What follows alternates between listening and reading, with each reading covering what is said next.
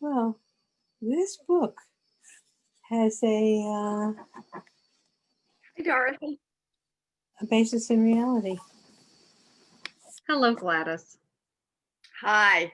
Hi, everybody. How nice to see you all. Oh gosh, Nancy, wonderful to see your face. This is great. Hi, Dorothy. Okay. Switch cameras. Give it to me. Hi, all. Can you hear me?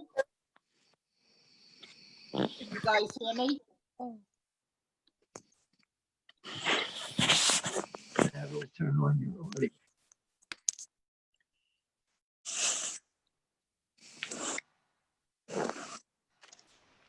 Yes, let's see. It looks like, okay, good. We've got our participants mostly in here. So, hey, welcome everybody. This is Dorothy Cummings on behalf of CDNY. And we've got basically we're doing a meeting, a Zoom meeting, but it's basically webinar style until the end when we'll do our socializing. So here we are at this point of the meeting. We've got some housekeeping matters, and then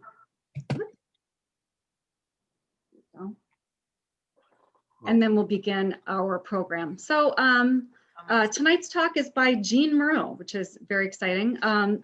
I miss seeing everybody. I miss the interpersonal. This series is meant to let us connect to each other and enjoy some of the other things about English country dance that we can't actually do since we're not actually dancing in person. But there's history, there's people, there's music. And tonight specifically, it will be about what was dancing like in the past. We danced with her at True Grit. Too many years.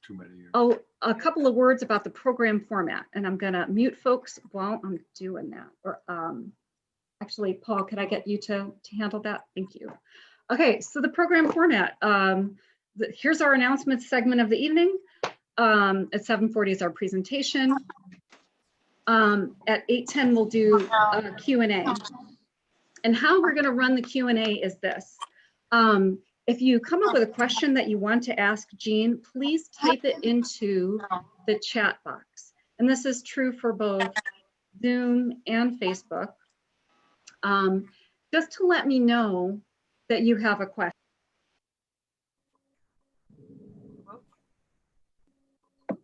She's muted. She's muted. Dorothy, you're muted. Wow, that's funny. Well, then I'll go back just slightly. Hello and welcome. I'm not sure how much of everything you all missed. So I'll just start over. Welcome. This is CDNY's Country Dance Lore series. When it turned out we couldn't get together in person, I needed to find a way to find and celebrate some of the other things that we enjoy English country dance for. We can't do the movement with other people. So what are the other things we love? Music, people, history, all kinds of things. So we get a chance to explore some of those now since we're not busy waiting for the instructions on how to move. I am going to talk you through what our format's going to be tonight. I'll talk about how we're going to conduct our question and answer session in order to avoid crosstalk and so forth. So tonight, our format begins with, here we are now, announcements. At 7:40, we'll start Jean's presentation. He's got a lot of pictures and interesting stuff to tell us. At 8:10, there's going to be a Q&A, and here's how we want to run it. If you have a question, please key it into the chat box, and this is for Zoom or Facebook. And this is to let me know that you have a question, and I'll put you in a queue, right? We'll put you in the line because I don't want there to be crosstalk. At 8:20, we will do some informal chat and socializing. Okay, so I ask that you remain muted during the presentation. And if you're not clear on how to mute and unmute yourself, this is the button. You can hover your cursor near, I believe, the top of the screen to show this. But anyhow, that's what it looks like. When you want to let us know that you have a question or that you would like to ask a question, please key it into the chat box. And you can, if you put it to everyone, then we will see it. Announcements, yes. And that is a good reminder. This session is being recorded. It's being broadcast to Facebook as well. If you do not want to be recorded, the way to avoid that is to turn off your video, which is here, stop video. If this presentation is CDNY's community gathering, and it is without charge, as you see. If you wish to make a donation to CDNY, you can go to cdny.org/give. And I want to introduce tonight's team. I'm Dorothy Cummings. I'm the CDNY's ECD chair. Not much dancing, but plenty to talk about. And I am hosting on Zoom. Helen White is hosting on Facebook, so she'll be collecting the Q&A from there. I'll be collecting it from Zoom. And Paul Ross let you in at the door, and he'll be helping with managing the muting and unmuting and so on. I just want to thank everybody who's been working on this. Okay, and now a brief introduction of Gene Murrow. Gene Murrow, he's been English dancing and doing music for English since 1965. He's taught in the US, he's done workshops, he's done Europe, he's done Canada, he's done Japan, he's been all over the place.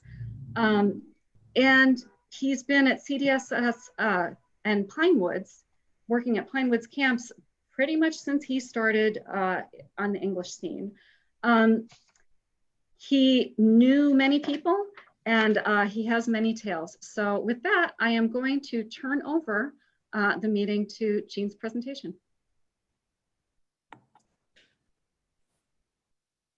Thank you, Dorothy.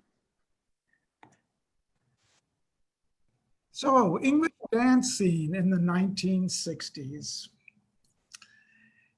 In the summer of 1965, after I had just finished my freshman year at college, I was invited to be on the staff of Chamber Music Week to play the oboe, as you can see there on the slide, and to teach the beginning recorder class at Pinewoods. How I got there and why I wanted to leave after the first night, but couldn't, is the subject of a whole other talk. And actually it's thing number one on my, my talk that I will do on the 5 things.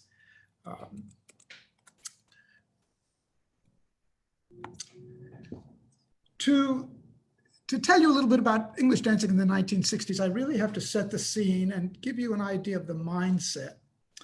Pinewoods in 1965 was an even more magical place than it is now. It was primitive. It was surrounded by forest and the ponds, dirt roads, where there are paved roads and housing developments and golf courses. But back then, all you had was the scent of the pines, the ponds, the dirt roads, the musty smell of the cabins, the mold that was growing everywhere. You really felt that you were going into the forest primeval. And the mythology surrounding English dancing was part of that mythology. The progenitor of all of that was a fellow named Cecil Sharp. And someone has to allow me to share my screen, folks. There we go.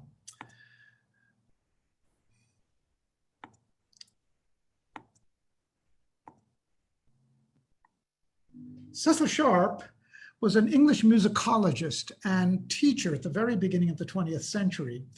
And he was working, and there were 2 apocryphal stories that are probably mostly true. He was visiting his local vicar one afternoon and sitting in the garden, and he overheard the gardener singing a song, and he was taken by it, and he realized the song was in English.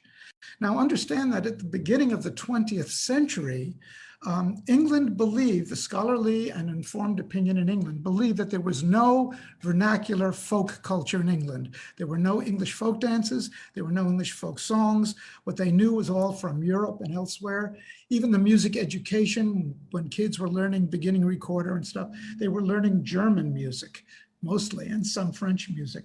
When he heard a song being sung in English, he was really startled. And when he asked the singer what it was all about, the fellow said, oh, he knew many more. He had learned them from his parents and grandparents.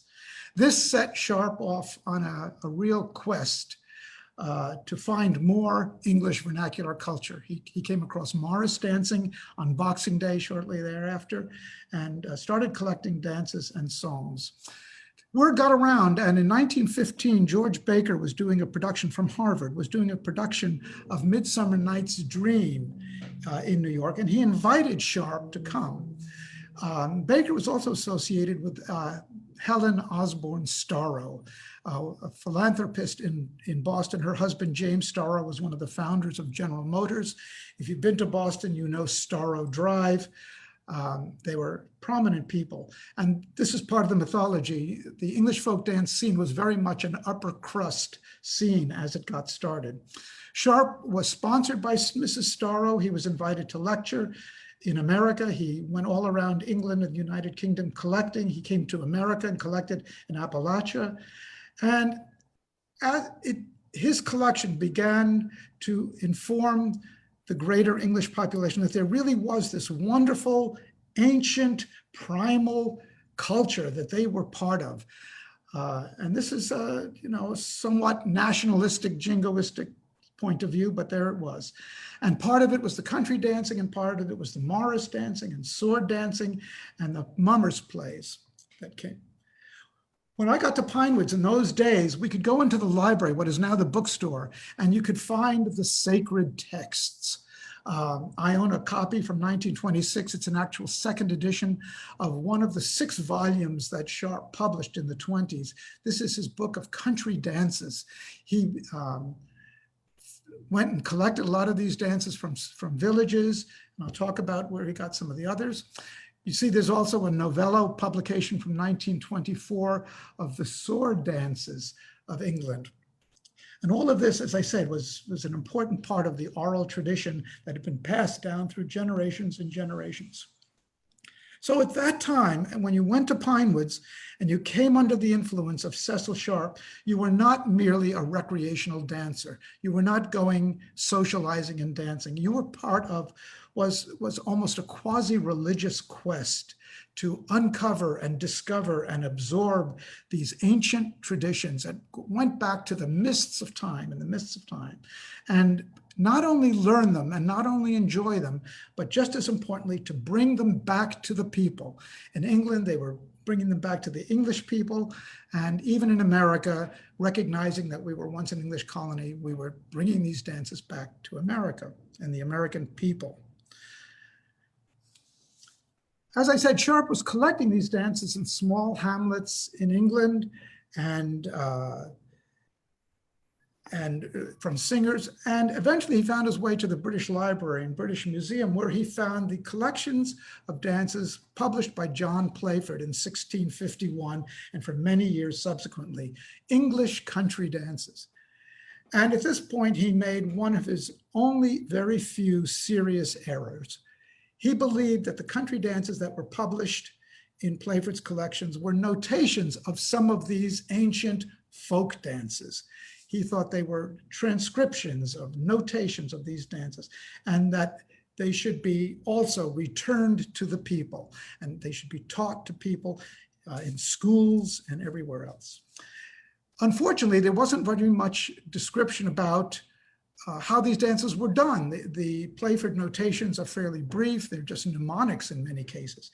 So in effect, Sharp invented a style. He believed the dances, since they were folk dances, they were vernacular dances, they should be done with a gay simplicity, without any kind of fancy stepping, without any affectation or airs or graces. And by the way, there were others at the time who were also looking at these dances and adding the airs and graces. In fact, I think there was an airs and graces society at the time. But Sharp was clever, and he knew that getting people in the early 20th century to do all that would be a tough task. So he made sure that it was simple and vigorous and graceful. And to that end, he sent over some teachers to help us all here in America. In 1915, May Gadd and Lily Roberts Conant came over to America. They also, here we go.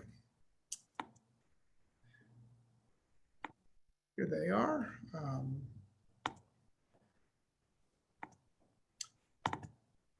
There's May Gadd. She came over in 1915. She was known to everyone as Gay, and she was the founding director of the Country Dance Society, as it was called. Originally, it was the American branch of the English Folk Dance and Song Society, which Sharp had founded some time earlier. And one of the others who, acolytes of Sharp's who came over was Lily Roberts Conant, and she settled in Boston and became very close to Helen Starrow in Lincoln, Massachusetts.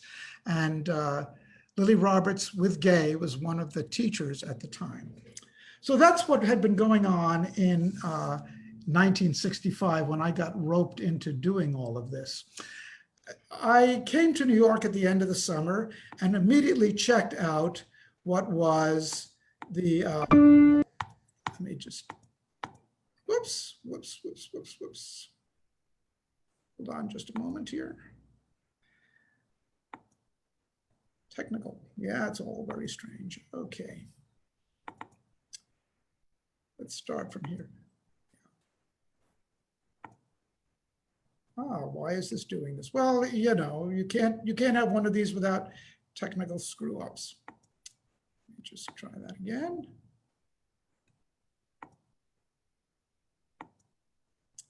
There's some important slides I would like to show you.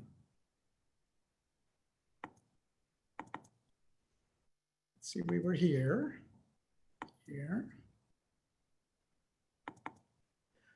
This is, no, it doesn't want to do it. Just doesn't want to do it.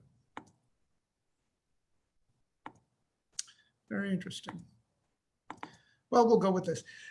I checked into the headquarters of the Country Dance and Song Society where Gay presided, and it was at 55 Christopher Street. There's the building. It's still there today. Some of you may recognize that it is actually adjacent to the famous Stonewall Tavern, which was the home of the gay rights movement in the mid-70s. And Gay worked there with a whole team of volunteers, names from the past: Gloria Bercielli, Carl Rogers, and Jody Evans. John Hodgkin was the treasurer of the Country Dance Society. He's the father of Meg Lippert. Some of you may know Meg. Jack Langstaff would come by the office, the famous folk singer. So this was really the hub of activities. And when I descended the stairs at Duane Church, and it's the very same church we use today, I'm afraid to say, it was a bit of a come down, literally, because here I'd been in this very magical place. And instead, to continue this absorption in the dancing, I found myself in the basement of this church on 13th Street and 7th Avenue. But the music, of course, as it does for all of us, lifted us up. The music was provided by the then music director of the Country Dance Society, Phil Murrow. Phil is a legend, and you'll be hearing a little bit of his playing in just a moment. He was accompanied most often by the violinist who was our key player in the society, Marshall Barron, who now lives in New Haven. And Marshall and Phil together made some very magical music, which, as I say, you will hear in a moment. But first, I want to show you what this style of dancing really was. I mentioned that Gay and Lily came over in 1915 originally, and subsequently Sharp sent over other acolytes to teach the Americans what this was all about and bring us into the great quest they were all on. And fortunately, at one of the summer schools where this happened at Amherst, what is now Amherst, University of Mass at Amherst, it was the Amherst Normal School or Agricultural School. Somebody was on hand to film it. What I'm going to show you is a film of May Gadd and 3 other dancers dancing a country dance, Argiers, in exactly the style that Sharp invented and that we were taught in the 60s. This is how we were taught to dance.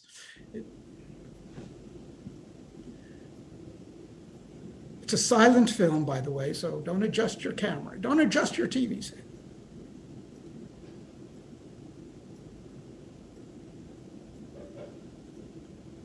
Set and turn single.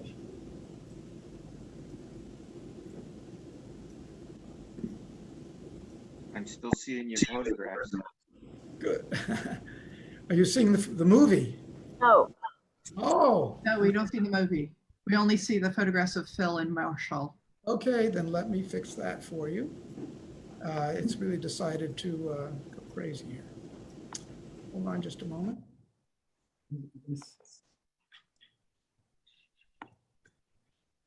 While Gina's queuing up, I'll just, Can you see the film now? oh, good. Everyone. Yes. Okay, this is 1921. This is May Gadd and three other dancers, some from England, dancing Argiers in the running step style that Sharp instructed us to use. You'll notice that it's a constant movement. Can you all hear me over this? Yes. Yes. Okay, good. Lead away, two-hand turn. Fall back, come forward. This is set and turn single. Slip steps.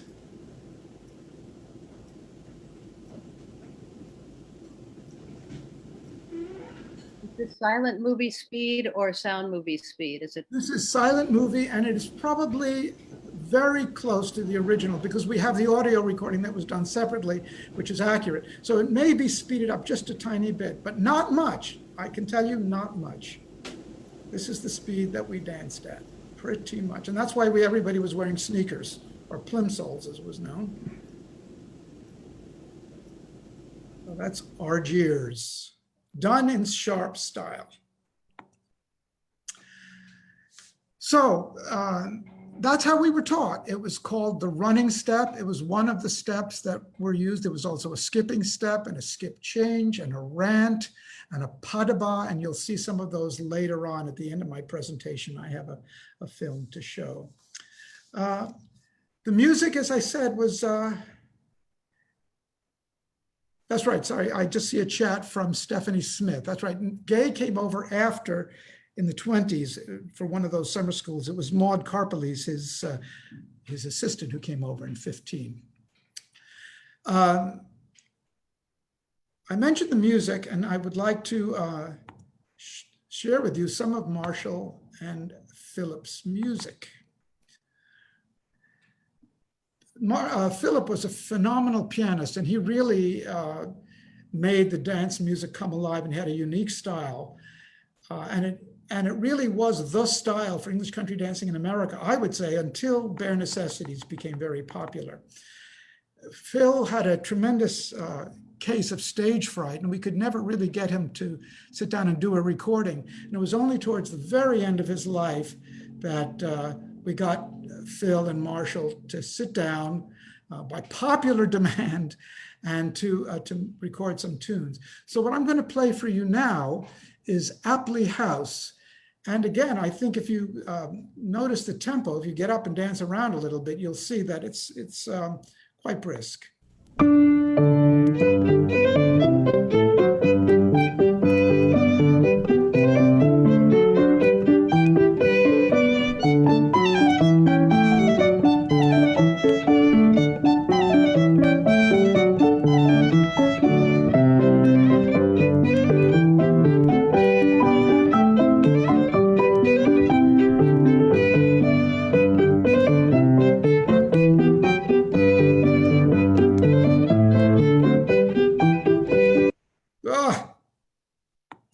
That's ridiculous that fails.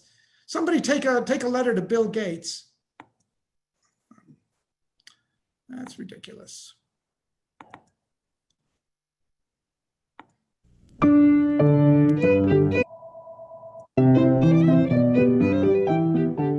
that's a little bit of Apley House, and you can tell that it's at a good clip. Since the overall mindset was one of rediscovering this lost and neglected ancient tradition and bringing it back to the people. An important part of it was proselytizing. And in order to proselytize, we had to have some demonstrations. So now it's not gonna work at all. Okay, good. Hello. Okay. Every dance week at Pinewoods, and in the 60s, there were 2 dance weeks. There was what was called the Dem, the Thursday Dem. And selected dancers were chosen to demonstrate Morris, sword, country dancing. There was sometimes a mummers play, sword dancing. There was folk singing, some instrumental playing. And these dems were modeled on the demonstrations that the English Folk Dance and Song Society did, the most elaborate of which were at the Royal Albert Hall. Every year they would do one of these massive demonstrations. We were very lucky at Pinewoods. I think it was in the late 60s or early 70s when some of the people who actually staged those Royal Albert demonstrations, Bob Parker and Ron Smedley, spent a summer at Pinewoods with us, and they organized the Pinewoods Dem to reflect what was being done at the Royal Albert Hall. There was some controversy about this as the years went by, partly because it was very exclusive. People were on tenterhooks for the first few days of Pinewoods Dance Week, wondering whether they would be picked to be in the Dem. And at one point in a camp house meeting, I remember somebody spoke up and asked Bob Parker why he had chosen certain dancers and not others. And Bob answered, I choose women who are pretty, and I choose men who are handsome, and they all have to dance very well. That's the point of the demonstration. That was his answer. After the Dem, though, we had a great time. We would all retire to Twin Sisters, to Twin Sisters. Many of you may be familiar with Twin Sisters, which is where Art and Helena Cornelius lived. This is Art Cornelius, and this is Helena Cornelius. And we would all gather there and have an after Dem party and have a beer, and it was a great time was had by all. But again, the point of it was, and this to illustrate what this dancing was supposed to look like. In New York, we did the same thing. There were 2 big demonstrations. There was a Christmas festival and there was a spring festival. These were held at Barnard College or at Teachers College, and it was the same idea. We would get some of the very best dancers. Usually a whole crew would come down from Boston, Art and Helena, George Fogg and others, and we would get the best dancers from New York, and we would put on a show. It would be country dancing, Morris dancing, sword dancing, and mummers play, and so forth. And that would happen twice a year. I remember one time in the dancers from Berea College, the Berea College country dancers were coming through New York because they were on a tour, and they had a spot and they demonstrated the Kentucky big set square dancing. They would run a set for us, and that kicked off a whole interest in Southern Mountain square dancing that took over at CDS. That brings me to the subject of the repertoire that we danced. And the repertoire was very different from what we do now and what we call English dancing. I found an old notebook of mine where I wrote down the repertoire of a class that I was in when I was a beginner, and I had gone down to the John C. Campbell Folk School in Brasstown, North Carolina. And I'm sorry that the slideshow is not working properly, but make this as large as I can. But if you'll see, this was the repertoire. I'd only been dancing for 4 years at this point. This is June of 1969. So having only danced for 4 years, I was still deemed a beginner. And I was in this class. And there's the repertoire: Dud's Reel Contra Dance, the Steamboat, a traditional dance that Sharp had collected from one of the villages, the Black Nag, Hole in the Wall, you know, Christchurch Bells, the Timber Salvage Reel, Vermont Tempest, Lady Walpole's Reel, Cumberland Square, Child Grove, a big Sicilian circle and a Circassian circle, a play party game. Once the Berea, Kentucky types got involved, and Sharp had been to Kentucky in his collecting trips, We did some play party games, Shake Those Simmons Down, The Duke of Kent's Waltz, Going to Boston, and some others. So you can see that at that time, the repertoire was quite varied. To make that work, the Tuesday night dances in New York had a slightly different schedule. The evening usually began with an hour for advanced dancers. And the advanced dance hour, and as I said, after 4 years, I was still a beginner, so I didn't get into that for a while. The advanced hour was by invitation only, and Gay and some of her chosen accomplices would spend some Tuesday nights watching people dance. And when they deemed that you had learned the basics well enough, you could execute the movements, you knew the patterns. At that time, this was before Pat Shaw and before a lot of new country dances were being written, so that you had to know the dances. So if one would say, can you do Child Grove? Can you do Sellinger's Round? Can you do Lull Me Beyond Thee? And you just had to get up and do it. And if you could do all that, you were then admitted to the advanced class, and that ran for an hour, starting at 7:30. Following that, there was 50 minutes or so of Morris dancing and sword dancing for everyone. Again, that was part of this mindset that we were recapturing a whole body of ancient culture that had been lost and returning it to the people. So everyone had to know how to do Morris dancing and sword dancing. That happened for about 50 minutes. The teacher there was Eric Lieber. Eric was a fine recorder player and harpsichordist, was involved in the early music movement as well, and he was a brilliant dancer, very strong, energetic dancer. Gay also taught Morris and sword. Even there was no question that she was competent to do that. And Jenny Scheimer, who later came along, taught as well. At Pinewoods, Art Cornelius was the primary Morris dance teacher, and he was brilliant at that.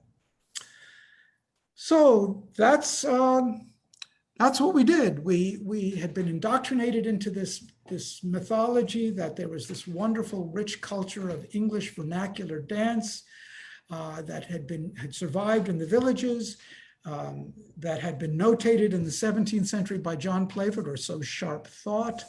And we were charged with learning all of this material, certainly enjoying it and enjoying one another's company, but then moving on and proselytizing it to the masses. The style that you saw in that original video of 1921 at Amherst, the running step style, survived for many, many years. And there was a recreation of one of the dems at Cecil Sharp House, one of the demonstrations that had been done at the Royal Albert Hall by one of the teams that Bob Parker and Ron Smedley had worked with. And the team got together after 25 years at Cecil Sharp House. I think it was in 2011 when they had their reunion. And fortunately, somebody thought to film it. And what you're going to see in this recreation of one of the demonstration sets is a pastiche of dances that demonstrate the scope of the English country dance. Later portions of the show did sword dancing and Morris dancing and mummers plays and some folk singing. But this segment of the show was the country dancing. And if you're on Facebook or on some of the, it may be a little jittery, but I think you'll get the idea. I'm going to share this and let it play. This is a recreation of the, let me just, where is this here? We get it back to the beginning. The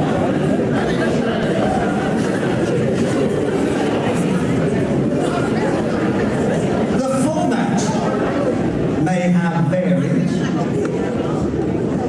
but it always had the same two-bar introduction, which went like this.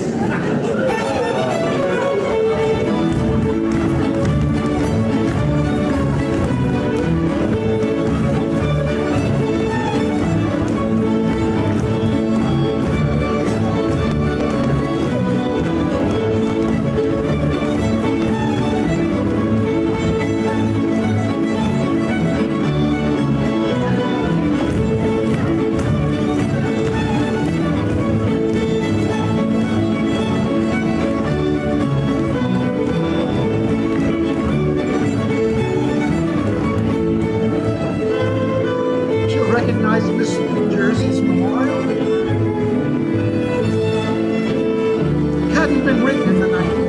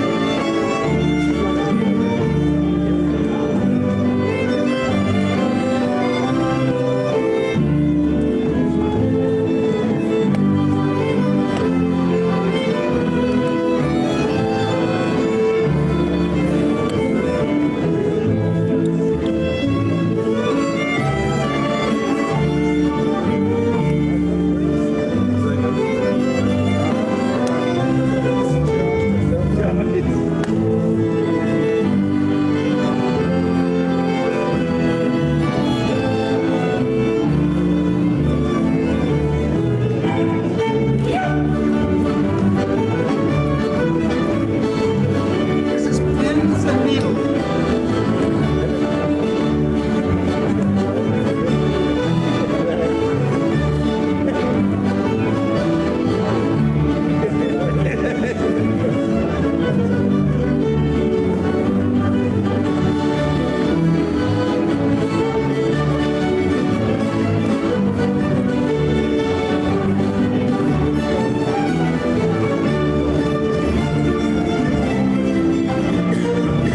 This is the Gotland Square Eight.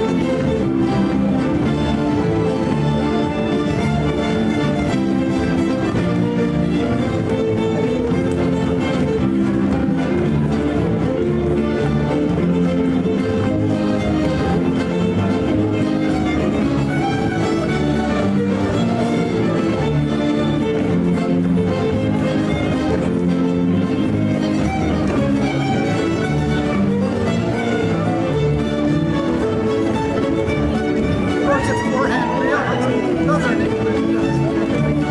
Very flat.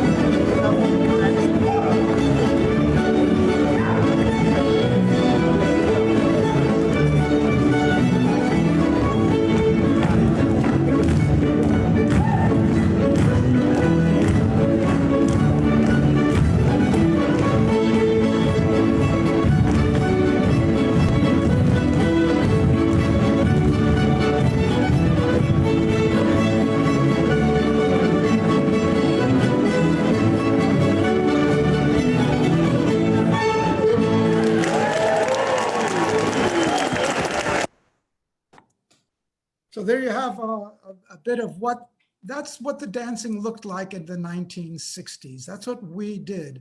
And I think you noticed some of those people were, elderly, a lot of white hairs in there.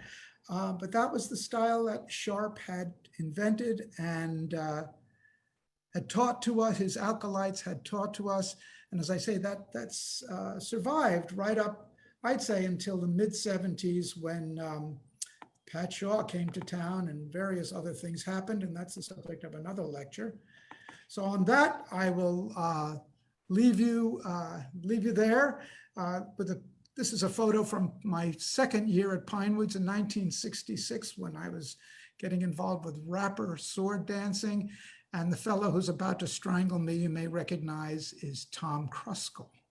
So thank you very much for watching, and I'll now turn it over to our hosts.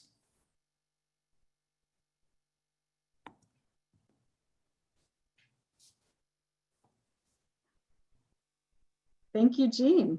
Let me resume my slideshow here. There we go. Good luck with yours.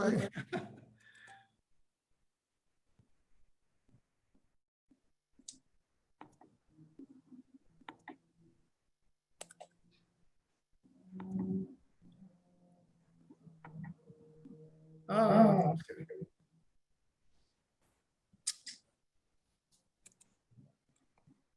Okay.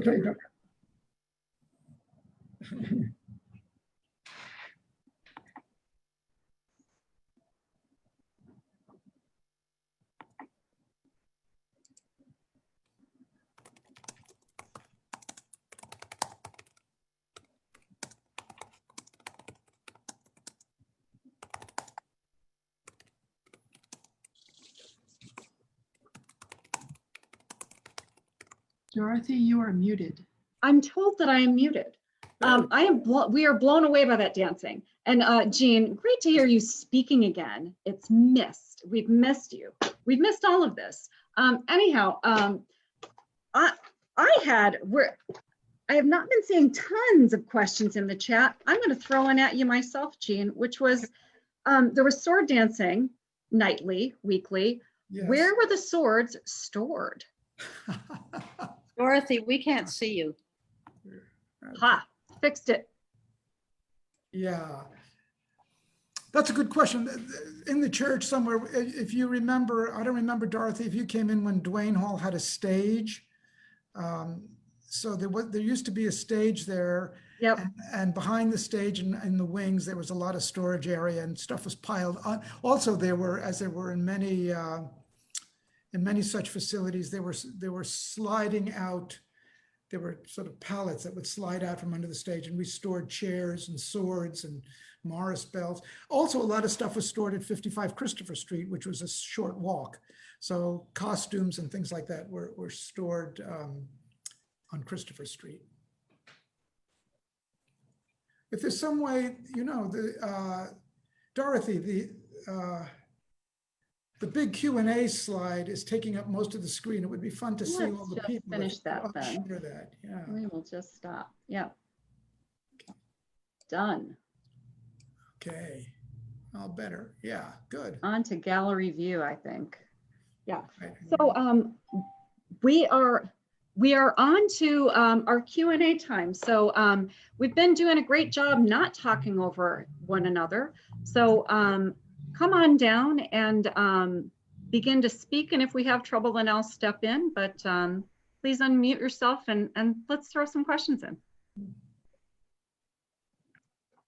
Well, I can start. I see some of these questions coming up on chat. Perfect. I could just answer them. Would that make sense? Yes, it does. All right, let me start at the beginning. My internet connection is flaky. Dorothy is muted. Okay. Why is a white square covering the screen? I don't know. Well, here's one that I'm seeing. All right, hold on. Hold on. I see. Yeah, so yes, Stephanie corrected. It was Megad and came over in the 20s. Lily then married, you should know that Lily married Richard Conant. Actually, they were married in Helen Starrow's Lincoln home. And the Conants, upon Mrs. Starrow's death, she bequeathed Pine Tree Camp, that's what it was called, her summer place on Long Pond, which she had been using as a Girl Scout training program facility. She bequeathed it to Richard and Lily Conant to do with what they wished. They could do anything they wanted. And we all owe a tremendous debt to Lily Roberts and Richard Conant for deciding to continue using the facility for teaching English country dancing and English folk culture. They didn't need to do that. That wasn't part of the deal with Helen Starrow. Where does the sound exist for these movies? From Mitch Diamond. Well, you ought to know, Mitch, it's on your DVD. You have some of the recordings for the, I don't think they were done concomitantly with the movie, but I think there is a recording of Argiers on your DVD. Yeah, there was a 78 by Elsie Averill that I used. Great. Elsie Averill was one of the 4 musicians for which Pat Shaw wrote a whole quartet of dancing. One of the dancers the pianist was Miss DeJersey, and that's why we have Miss DeJersey's memorial, because she was one of the 4. Sin Twisters, yes, indeed, the Porch and Rail. The Porch and Rail got named, this is a bit of obscure lore. It wasn't called that for a long time, but Shag Gritz, Shag was a dancer in Boston who's still around, and he's one of the founders of the Pinewoods Morris Men. Myself and my wife at the time, Susan Murrow, St. Germain, were sitting around thinking, you know, this is really like a pub. It should have an English name. And Shag had spent a lot of time in England, and of course, Susan was born in England and spent time there. So we all started kicking around different names, you know, the Queen's Arms and the Hare and the Hound and this and that. And finally, amongst the 3 of us, we came up with the Porch and Rail, because there was a big rail where all the beers sat. So that's how that happened. Let's see. Thank you, David Millstone, for putting up the YouTube link for that video.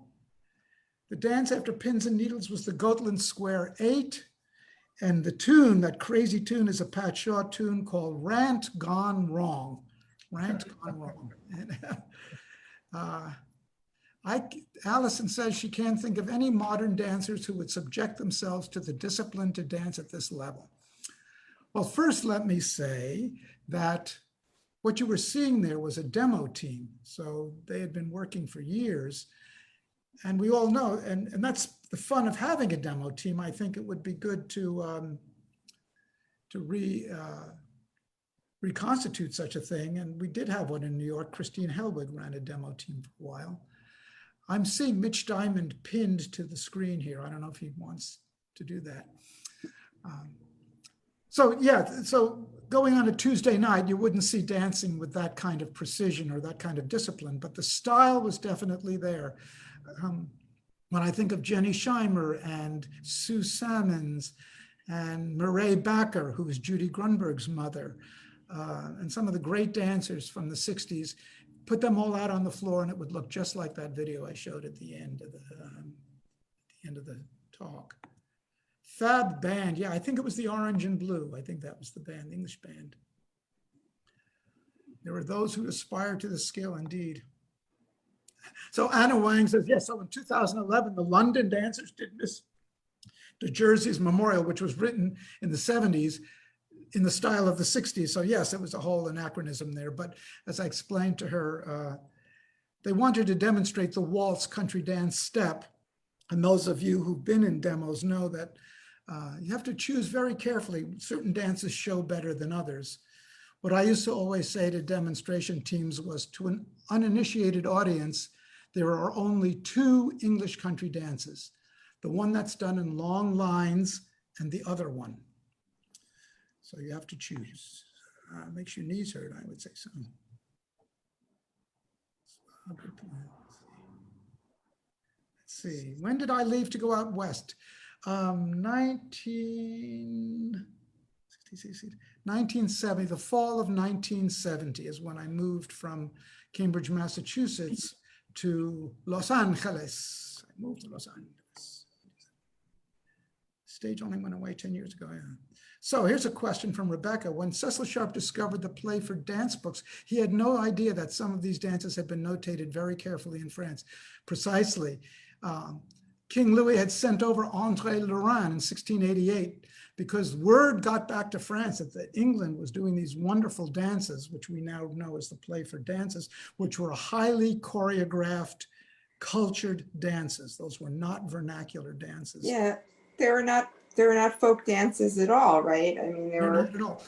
Yeah. And so they were notated, and several publications. Some of them exist even in foyer notation, which was the common Baroque, detailed Baroque notation. Yeah, I think that was Sharp. I think came to realize that he made a mistake eventually, but it was kind of hilarious. There's a wonderful book with an axe to grind. Georgina Boyes wrote a book called The Imagined Village, and it punctures this myth I've been talking about. And she points out that so much of this stuff had been invented, and these cultured dances were the product of Italian dancing masters trying to impress Queen Elizabeth I and things like that. So in The Imagined Village, you can get a correction to the myth. But at the time, I have to reemphasize, in the 60s, Cecil Sharp and that point of view really predominated. We really had the sense.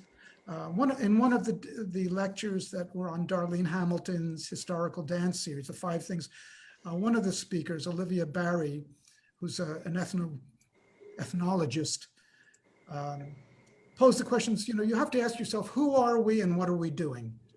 And right now, I'd say we are a bunch of white people who are pretty well educated, who live in the New York City area, and we like to do English country dancing, and it's recreational, and it's fun, and it's healthy, and it's sociable, and all that. If you asked that question to us in the 60s, I think you would have gotten a different answer. I think it would have been partly that, but definitely this sense that we were on this pilgrimage. We were acolytes of Cecil Sharp, and we were returning the culture. And at Pinewoods, there would be every year at Pinewoods, there would be a meeting of what they called the National Council. there had been branches of the English Folk Dance Society in America, or the Country Dance Society, and branches were in Pittsburgh and in Chicago and several other cities around the country. And each one of those cities sent a representative to Pinewoods, whether they attended the week or not, usually they did, to stand up and speak at the National Council meeting to talk about how the work was going. How's it going? How are you doing spreading the word? So that was part of that whole mindset. And let's see if there's some more questions I should answer here. I heard there was only one shower at Old Pinewoods. Yes, that's pretty well correct. There were some hidden away. Yeah, things were different. Most of the toilets were outhouses at Pinewoods. And the way you, instead of a shower, you would jump into one of the ponds with a bar of soap in one hand and a bottle of shampoo in your other hand. This was before environmental awareness. But that's how we bathed. You jump into the lake with a bar of soap. Yeah, how did we get there? How do we get there again? Yeah, well, let's see. That's Darlene. It sounds very exclusionary and elitist. That is conflict with karma. Good question, Ellen. She says that it sounds exclusionary and elitist. Well, it is today too, isn't it? I mean, we talk about trying to be inclusive, and there's a lot of flap about non-binary dancers and a flap about trans dancers and so on. But where are the Black people? Where are the Japanese? Black culture had a lot to do with the early American and English folk dances. When I go to Japan, we fill auditoriums. One of my dance classes in Japan had 800 dancers in it. Wow. Why are there no Japanese dancers in New York? So I guess it's ever been thus. And yes, in a sense, it was elitist because I mentioned early on that Helen Starrow was certainly from the upper crust of Brahmin Boston society. And the fact that she was involved in this is what propelled it along. And apparently during the war in New York, there was actually a radio show, possibly even a TV show. I don't have this, maybe David Millstone knows. A radio or TV show that ran for about half an hour once a week on English country dancing and sword dancing and Morris dancing. It was considered, an activity that was worthy to be broadcast. There is the whole development of Sharp's oeuvre and his sense of where this all came from and the style has been attacked over the years by Marxist analysts and by others. But at the end of the day, as they say, I will come to Sharp's defense, as many people do, even those who are critical of him. He did an extraordinary job collecting hundreds and hundreds of dances and songs and publishing them and putting them into forms that people could use and taking them to schools and sending teachers to America and lecturing. I mean, he did all of these things in what was a fairly short lifetime of ill health. He was not a healthy man by any means. So I give him tremendous credit, but yeah, the exclusionary elitist bit stays with us. Were dances called, or was it expected that dancers would know them? Feel free to interrupt. I'm really good at talking nonstop. No, I was just going to say, Jean, we've taken you a few minutes past the time that we made you promise to talk, and I just wanted to check in and see if I could, see how you're doing. And I have a funny question to throw at you last from the list. Anytime. So do this, and then I'll ask you the last question, and we'll get you off the hook. Well, no, Just don't want to be unfair to people you. want to stay, I'm happy to stay. It's up to you. Okay. I love talking about this stuff. Gloria asked if the dances were called, or was it expected that you would know them? I would say up until the early 70s, it was expected that you knew them. The proverbial hit the fan when Pat Shaw came over to Pinewoods in 1974 and exploded what had been the contained repertoire of dances that Cecil Sharp had discovered and reconstructed. That was a finite set of dances, and one could learn them. And I think there was some reminders and prompting, sort of Scottish style. But no, we didn't call dance. So if you were at Pinewoods in the evening dance, Gay would get up at the microphone and say, okay, the next dance will be Child Grove. It starts with the siding, as you know. Yes, okay then, thank you, band. And off we went. Sue Dupre asked me, Jean, you were in the beginners class for at least 4 years. How did you feel about that? Yeah, we all remember well coming down to breakfast the first morning at Pinewoods. And I keep coming back to Pinewoods because much more than today, Pinewoods was the center of the work. It was the center of where English country dancing was being promulgated.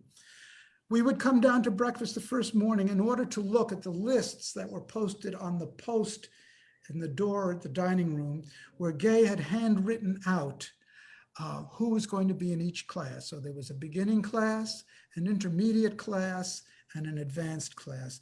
And just like looking for your grades at the end of exam period at college, people cluster around that list. And where am I? And, you know, for 3 or 4 years, my name kept showing up on the beginner class because, you know, I couldn't do Step Stately perfectly from memory yet. So, you know, I had to be in the beginner class. And let's see, there was, I exaggerate a little bit. I mean, there was something else I wanted to say about oh yes, the English country classes were at 9 o'clock, and just as we did in New York, after the country class was Morris and sword dancing for everyone. The 10 o'clock class was Morris dancing for everyone, and there was a beginning, an intermediate, and advanced Morris dance class. But came the 60s when I started, there were some people who just didn't have the knees for Morris dancing. So they started doing an English country dance class that would meet at the time of the Morris dance classes. And that class was always done by Helena Cornelius. And it was called Ungraded Country because it wasn't graded. It wasn't beginner, intermediate, advanced. It was all the leftovers who couldn't do Morris. And Helena always called it Degraded Country because she just had to do, you know, dancing for all. But that was how she got her start as a country dance caller. I mean, Art was the main country dance caller in Boston and Pinewoods in those years. So let's see, Roger Cartwright, this is one from David. Roger Cartwright, yeah, wearing baldricks was common at Duane Hall in the 60s. Well, certainly on the days that we had the demonstrations, but I don't, maybe some people did. I don't, it doesn't remember. Allison, this is a great point. The May Gad clip is very similar to some style of California Renaissance Fair dancing, all bouncy and skippy and folky. I remember the first time I went to a California Renaissance Fair to dance, and I went with some people who had been dancing, some English country dancing. This was now, we're into the mid 70s. And they saw one of these Ren Fair, bouncy, skippy, folky, I think it was Pipe and Bowl Morris doing some country dancing at the San Francisco Fair. And they were shocked.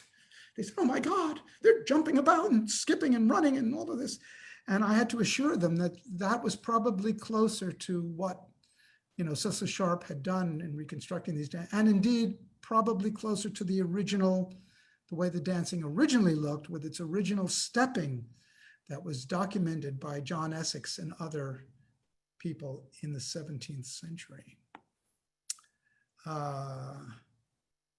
Mitch Diamond, yes, get a hold of Mitch Diamond to get his DVD of some of these old films. From Daniel and Dorothy, why do you think dancing rants and traditional dancing waned? Even in the Dem, we saw there was a bunch of older dancers. That is a question that has bothered us for years. I think there were 3 reasons. I think 3 reasons we've gotten away from that really exuberant, jubilant, energetic dancing, which was the norm. One was that for whatever social reason, this cohort, all of us, has gotten older. The Americans and the English. A lot of us who were dancing in the 60s, or those of you who came in the 70s and 80s, it's the same group. And we're just not attracting the same numbers of younger people as we used to.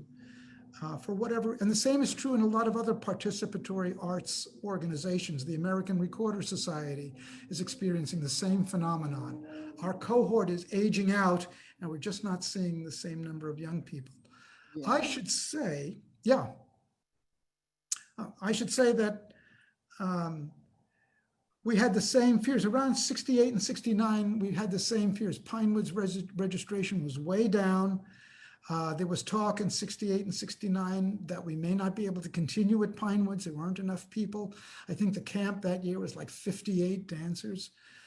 And then there's this sudden influx of young people, Jim Morrison and his cohort.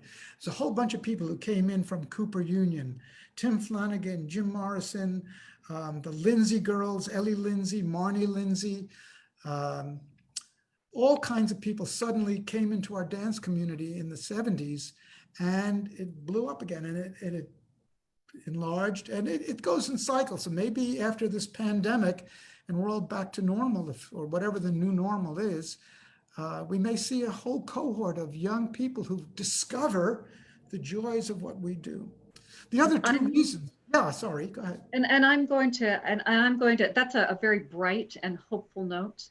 I'd love to continue hearing this forever. This is wonderful, but we set a certain time, and I want people's expectations to know that, well, this is when we said we'd go to, and we should resume. So I wonder if we could get you to tell the one last funny thing, and we'll adjourn for socializing. And that was, you said that there was a funny story about your first night at Pinewoods, but you sort of mentioned it in passing. Is that springing to mind? Funny story seems like a fun way to close. All right, the full story you'll get on Historical Dance and Tea Society's 5 lecture, but I can give you the short version. I was an 18-year-old college student from New York City who was going to Juilliard and playing the oboe, and I was roped into doing this chamber music week. And the first night, after some announcements in what was the camp house, we went down to C sharp. I had no idea what was going to happen. And what I saw was men standing in circles, holding hands and skipping around and being really silly. And this music sounded really silly. And I thought, oh my God, what have I gotten into? I left the dance. Walked back up the little path, those of you who know Pinewoods, back to the office where there was a payphone. And I got my dime out, and I was going to call my parents, because they had taken me up there, and say, you have got to get me out of here. This is the strangest thing I've ever seen. And fortunately for me, the phone wasn't working that night. So I couldn't make the phone call. I had to go back down to C sharp because I didn't know where anything else was. And I sat there, and a young woman came by and grabbed me the way we all do and said, come on, you've got to get into this dance. You'll enjoy it. The woman was Kitty Creelman, who later became Kitty Scribella, the woman who wrote I Care Not for These Ladies. And she dragged me into my very first English country dance, which was Morpeth Rent. Wonderful way to start. Jean, thank you so much for being here. Thank you. As Chip put, so many great questions, so little time. I wish we could continue. But thank you, Jean, everybody. Thank you. We'll give our applause at home like this. Thank you all, everybody, for being here. I want to let you know we're doing this again in 2 weeks. Our guest then will be Beverly Francis, and her topic is going to be on dancing in the time of Jane Austen. Beverly Francis is our erstwhile English country dance caller at CDNY. She and David moved to Ohio, something to do with very small people who like to be held by their grandparents. We've lost her, but COVID has given us the opportunity to reclaim her for a talk. So tune in October. Is there an email list or something to find out about these things? I found out about this indirectly, and I'd like to make sure that I don't. Well, so this is a community event of Country Dance New York, and we've shared the information with others.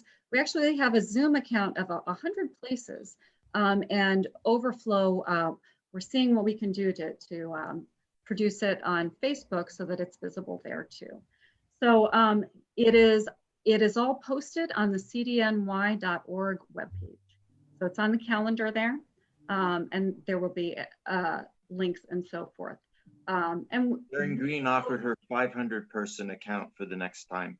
Yes. and I will be interested in feedback such as this. I am loath to put my email address into the Facebook Live, but I am available, and I do want your feedback. I am now going to let you all do some just chatting amongst yourselves, and I'm here. And Helen, anything that we should know from you? Nothing for me. Okay. Thank you very much, Jean and Dorothy. It was lovely. And lovely to see all the participants here too. Yeah, Been wow. a long time. Everybody, yeah. Yeah, it's good to see you, Jean. Yes, hi. Hi. I discovered, by the way, for those of you who would like to know, in my slideshow, you have to hit the escape key to get off the last slide to restart the slide. So when you do your PowerPoint presentations and it takes you to the last slide, hit the escape key. Yeah, I learned that when I was doing some presentations. Yeah. Okay. Yeah. Well, it's good to see everybody. We started to get back into English country dancing and going to the White Plains dance. And then guess what? COVID. There is an online English dance tonight, the Lake City Dance in Seattle. How does that work, I wonder? They work pretty well. We've been having one every week in Rochester area. Oh, neat. There's a small one in San Diego tonight, which I'm mostly missing because of a board meeting. Something in my time zone for a change. I've been doing all the also a lot of them are on the East Coast. The 3-hour time difference can be challenging. Yes, yes. You're in the West Coast? Yeah, I'm in Portland. Oh, Portland, Oregon? Seattle dance Yeah. tonight, which starts at 10 o'clock Eastern time, so that's 7 your 7 time. o'clock my time, yeah. How are the fires there? How's the air quality there? Are you? Yeah, not wonderful. We're supposed to get rain tonight. So Let's- I'm hoping that it will be better tomorrow because I'm really tired of this. Yeah. But I understand that we're sharing our smoke with not only the rest of the country, but Europe as